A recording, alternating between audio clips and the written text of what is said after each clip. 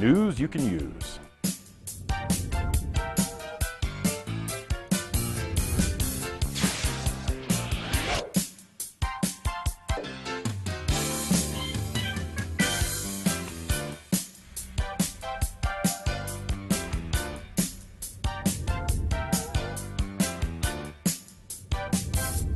News you can use.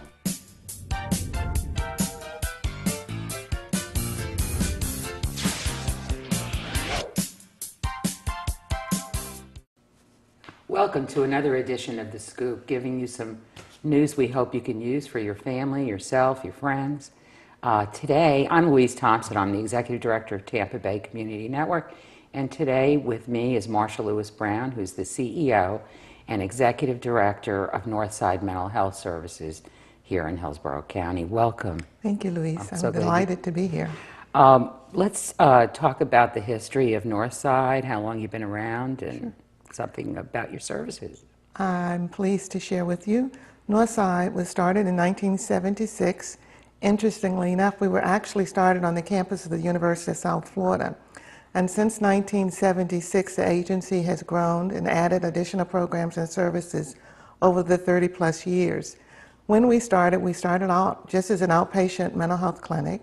And since that time, we've added programs that specialize in services for the long-term chronic mentally ill, some additional services that specialize in serving children. And more recently, we've added some additional inpatient beds for our crisis stabilization unit and our short-term residential treatment program. So as you can see, we have grown over the course of the 30 plus years that we've been in existence. And you're still up there by the University of South Florida and the Veterans Hospital close by. Yes, we are. We actually moved off of campus because we were located in space occupied at the time from 1976 when we started up until 1992. In 1992, we were able to build a facility within 1 mile, actually, of the University of South Florida. And that building serves as our main campus right now. We also have some additional satellite office sites for our Family and School Support Services, or FAST program. Around the county, is that? It's located off of 56th Street in the Tampa Terrace area. And we have our community support program, which is actually located off 131st Avenue near the University of South Florida. The reason people come to see you, the adults. Okay. The adult primarily comes for a variety of different services, some for counseling, some for medication management, some for support services, and it really depends. We serve clients who have had psychiatric long-term disabilities as well as acute or life crises stressors that they're experiencing right now.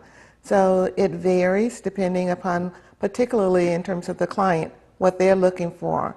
The services that we provide serve at risk as well as long-term chronic mentally ill. So they may have a neurotic diagnosis or a psychotic diagnosis, and we can serve both kinds of individuals. That's quite a range, is it not? Yes, it is. Was that always the case, or did you add these on? Diagnostically, on clients with both neurosis and psychosis, we have added programs that have specialized in unique kinds of services for those individuals.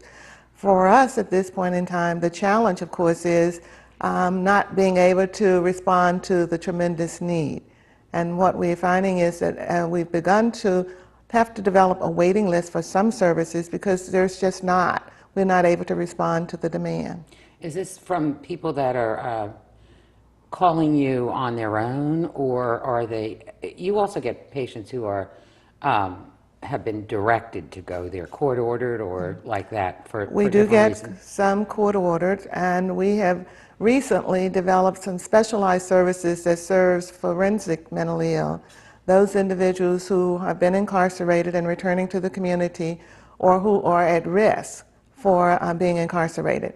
And those are specialized services where we provide case management and support services as well as counseling services for those individuals. Would that come through the courts? Somebody would say, It could. Need to, they could this be court ordered to person's being put on treatment. parole, but they need this kind of assistance. Sure, they could be court ordered to treatment, and some we provide services just to help them with the transition from prison back into the community.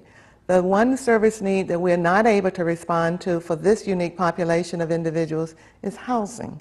That's a real major challenge for a person who's returning to the community. It's a major problem because nobody wants you in their neighborhood, as I Exactly. recollect from my days at Crossroads. You're absolutely correct. Nobody wants And we do refer to Crossroads. That's an important resource for this subgroup of individuals.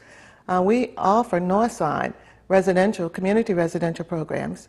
We have 2 group homes, an apartment program, and an independent living program for adults with chronic mental illness. But that it's wouldn't not for the necessarily- forensic mentally ill. It wouldn't necessarily fit them. Right. Correct.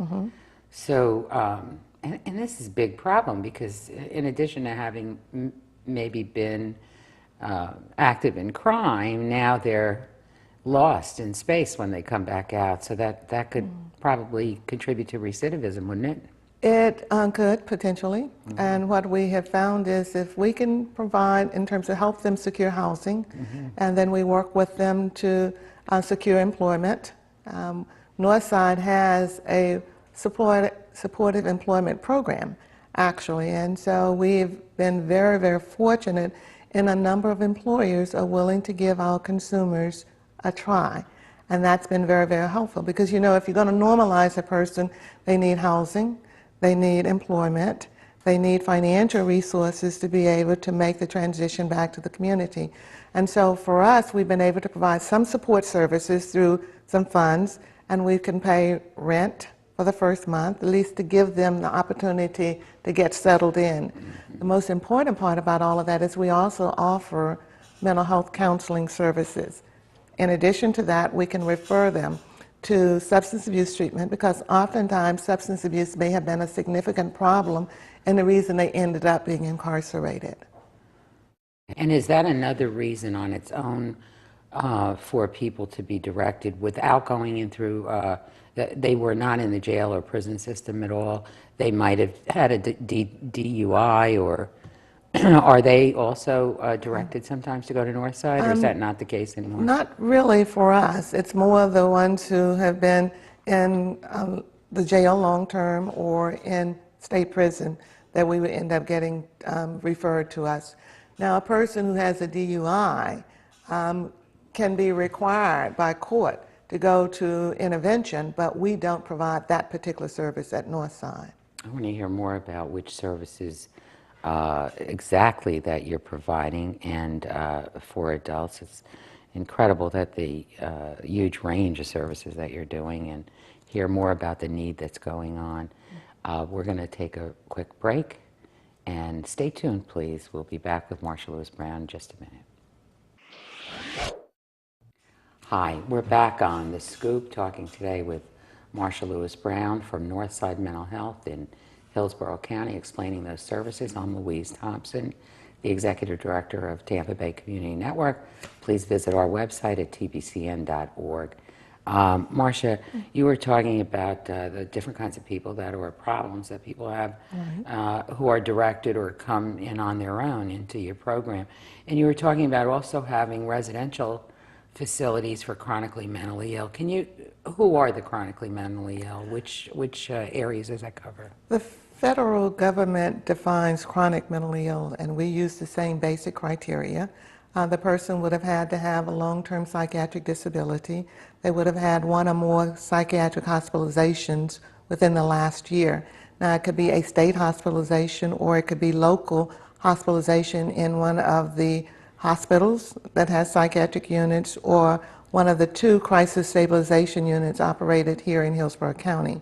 So the person would have had a prior history of mental illness, would have had recent hospitalization, and would be needing and continuing follow-up care. So that's how we're defining chronically mentally ill. And what would they be things like suicidal tendencies or? I think most times folks have had long-term histories of mental illness. They may at some point in their life have been suicidal. They may at some point in time not been able to hear voices or hallucinations of some kind, but oftentimes with supportive counseling and medications, they're able to control those kinds of voices or thought processes and able to be viable contributing citizens in our community. So they're staying in, describe these residential units that you have. How many do you have, and We how do have they work? We have over 140 beds. Both of the group homes are for long-term chronic mentally ill adults. They can stay there for an extended period of time if they have been discharged and released from one of the crisis units here, Baker acted, coming in involuntarily from a CSU. They would come voluntary to our program. And that's one of the things I do need to highlight for you. In our community-based residential programs, the group homes and apartment programs, it is a voluntary program, so that folks who resist and decline to sign voluntarily are not admitted.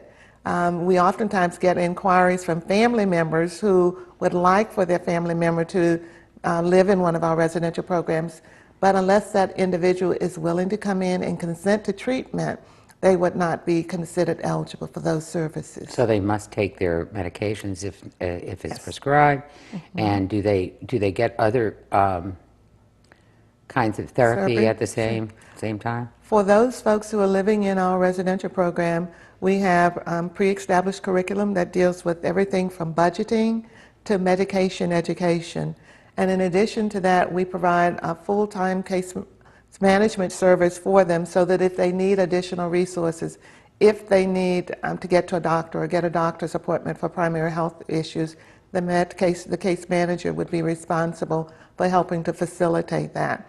If they were making the transition and graduating from our residential program to their own apartment in the community, their case manager would work with them in getting the utilities on, helping them find an appropriate housing option in the community.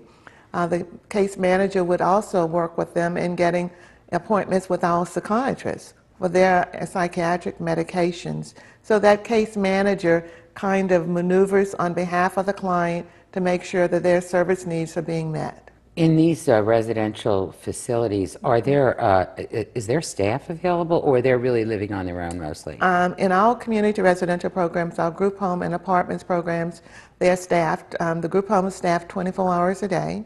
The apartment programs, the first level, is staffed 24 hours a day. And in the independent living, the staff are available as needed. So the person can gradually graduate to less intervention by staff. And the goal for everyone is to get into their own place, or some people are not going to be able to do that? There will be some who won't be able to, but the goal long term really is to try to help them move towards more independence. For those who in our independent living program, they may stay there indefinitely because that becomes their apartment or their home. For those who are in our group home, our long-term goal is to eventually help them what we call step down to a less involved, a less intensive staff level program. And so you would go from your group home to supervised apartments, to satellite apartments, and to independent living. Are these homes co-ed, or are they where the men are separated from the women? Or? No, they are co-ed.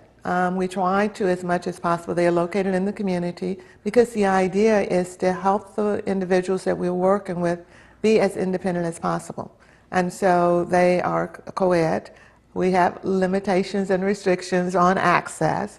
In one of our particular group homes, it's a two-story. Men are upstairs, women downstairs. And again, the staff office is right there, so there is a level of supervision that's there and available. Marsha, what's the age range of the folks that are in these residential treatment centers? It varies. We primarily have middle-aged, some young adults. I've learned over the course of the years that I've been working in the field now that mixing very young adults with senior and more mature adults does not always work in terms of ideal living situations.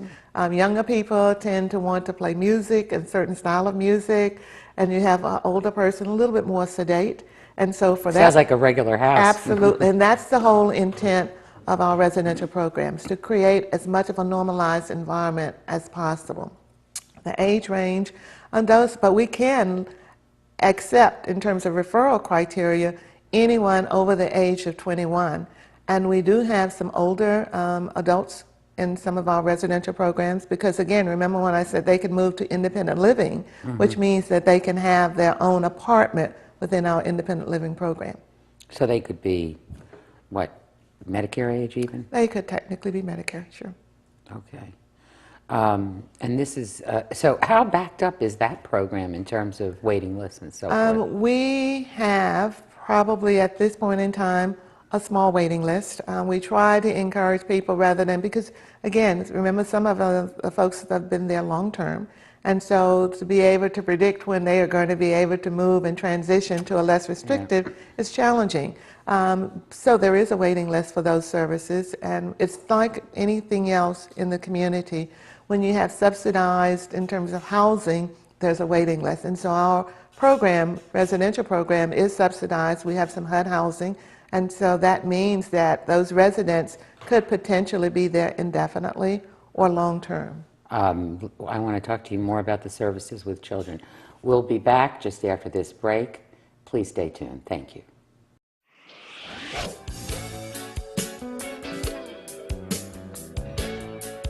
Welcome back to The Scoop. Today we're talking with Marsha Lewis-Brown, the CEO and Executive Director of Northside Mental Health in Hillsborough County. I'm Louise Thompson, the Executive Director of Tampa Bay Community Network. Marsha, you were talking before the break. We wanted to get into the services that Northside provides to children. Could you explain that? Absolutely. We do provide mental health counseling services in our outpatient department for children. We have a unique program for 0 to 5. It's a very small program, but for some children, and it really is much more developmental kind of things. Northside takes great pride in the fact that, unlike what we're hearing in the local community about people, or psychiatrists medicating children, young children, that's not our philosophy. We really do believe in family counseling. And so when we are working with a child, we believe that the whole family should be engaged in that intervention. Is that a hyperactive child? Is that what or what is usually generally classified as such? Some may carry a diagnosis of hyperactive. What we are seeing is a number of kids have some behavioral management issues. So it varies depending upon the uniqueness of the family and the dynamics. Sometimes we've seen children who come in, teenagers who are depressed, and there are life crises that they are dealing with, families that are separating and divorce, so all kinds of challenges that our young people experience. So we do provide outpatient individual and family counseling for children and youth. We we have special child psychiatrists that are experts in medication management for children. And we also have a number of specialized treatment services programs. If a child has been sexually or physically abused, our specialized services, specialized sexual abuse treatment services, provide services for that child and the unique counseling needs that they might have. We also have, funded through the Children's Board of Hillsborough County and a collaboration with the school system here, our FAST program, which is a Family and School Support Services. So children may be identified by the school counselor that the family and the child may need in special kinds of counseling services. And we would provide that service for those individuals as well. So the counselor might tell the family you need to bring your child to Northside, or I'm recommending you go there, or something like that. And we do in-office work and counseling, and we also have a small in-home kind of program where we can have the therapist go out into the home and do counseling there. And sometimes it's important to see the dynamics, the family interactions and the family situation to really to be able to help you better understand how you can best help that particular child or the identified child client. Is there some of this associated with step-parenting and so forth too now? Potentially, it could be. It depends upon, again, the situations with the family. Sometimes the family that's gone through, in terms of a life crisis, it could be separation and divorce. It could be death of a family member. So it would vary depending upon what's going on with that family. And the counseling or therapy involved would be contingent upon what the family's needs are. The family gets an opportunity to give input in what the kind of services they want, and the therapist professional makes a recommendation for the kind of service, and then they mutually agree on that. You're also an outlet for training that's coming through the University of South Florida, correct? Yes, we are a training site for the School of Social Work. We have a number of bachelor's and master's level social work students.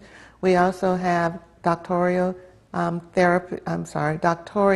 psychology students, and not just with the University of South Florida, but we also have our training site for a number of schools, including all the way from University of Florida in Gainesville. Oh, they're coming through there too? Yeah. Now, you're servicing people just in Hillsborough County, correct? Primarily? Yes, it is just Hillsborough County that we serve. The exception would be if someone worked in Hillsborough County, lived in Pasco County, and it was more convenient for them to receive services in Hillsborough. But if a person was interested in mental health counseling or felt like they needed mental health evaluation, I would encourage them to Google our trade association, which is the Florida Council for Community Mental Health. And on the council's website, they list the community mental health centers throughout the state of Florida. And there are community mental health centers all the way from Pensacola down to the Keys. How are you funded? We are funded in part by the state of Florida, our primary funder. We accept Medicaid and Medicare. We also receive some of our funding for our specialized services of FAST, or Family and School Support Program, through Hillsborough County, through the Children's Board. And we also receive matching dollars for our crisis stabilization through Hillsborough County, which matches the Baker Act funds. So as you can see, we have a variety of funding sources. Right. And we can accept insurance as well. And you have an auxiliary that works to We have a bring wonderful donations in and does a wonderful, are they still doing their fashion show? Yes, they Fabulous do. fashion show. Last year was unique. We didn't do the fashion show last year. It was a break. In October, November, right around in terms of fall of the year, the auxiliary historically has done fashion show for a number of years. This past year, they had a fundraiser at the Anheuser-Busch Brewery, the new site off of 50th Street, I believe it is. And so they're a good support. One of the things that they fund quite a bit is Phone Friend, correct? Yes, they do. Can you describe that real quickly? Because we're almost running out of time here. Sure. Phone Friend is a telephone reassurance program for children after school. They can get homework assistance. They can call into the joke line and just have a friendly voice on the other end to talk to them. If there's a crisis, they can call and we'll get intervention for them. So Phone Friend is a great resource to this community. Children of any age? Young children in elementary school, we provide each year at the beginning of school year the little Phone Friend number at all of the schools, public schools and private schools, so that children can call. Well, that's a great program. I'm sure that the kids that are, latchkey kids are having a good time being able to call and feel like they can talk to somebody if they're home alone. I appreciate you all tuning in. Thank you very much. Thank you very much, Marsha, for describing the services. We'll have some more places for you to go on the internet and find more services out at the end of the program. We'll see you next time. Thank you for tuning in.